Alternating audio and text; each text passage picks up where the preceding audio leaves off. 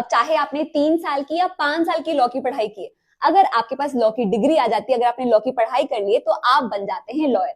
अब अगर ये लॉयर बार काउंसिल में अपने आप को रजिस्टर करा लेता है और ऑल इंडिया बार एग्जामिनेशन क्लियर कर लेता है, तो वो बन जाता है एडवोकेट। एक एडवोकेट ही क्लाइंट को कोर्ट में रिप्रेजेंट कर सकता है, कोर्ट में केस लड़ सकता है। तो एक लॉयर कोर्ट में केस नहीं लड़ सकता, एक एडवोकेट कर सकता है।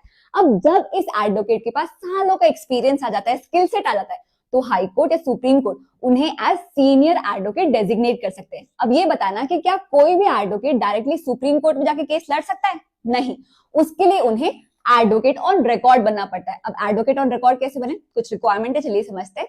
सबसे पहले आपके पास एज एन एडवोकेट 4 साल का एक्सपीरियंस होना चाहिए। दूसरा, एक ऐसे एडवोकेट ऑन रिकॉर्ड जिनके पास ऑलरेडी 10 साल का एक्सपीरियंस हो, उनके पास आपको 1 साल की ट्रेनिंग लेनी होती है।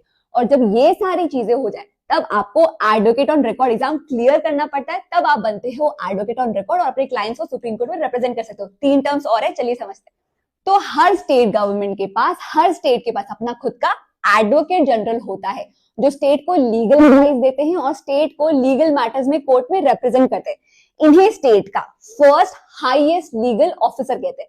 अब जैसे स्टेट गवर्नमेंट के पास एडवोकेट जनरल होते हैं, वैसे ही सेंट्रल लेवल पे होते हैं अटॉर्नी जनरल, जो सेंट्रल गवर्नमेंट को लीगल एडवाइस देते हैं, लीगल मैटर्स में उन्हें रिप्रेजेंट करते हैं। इन्हें देश का फर्स्ट हाईएस्ट लीगल ऑफिसर कहते हैं।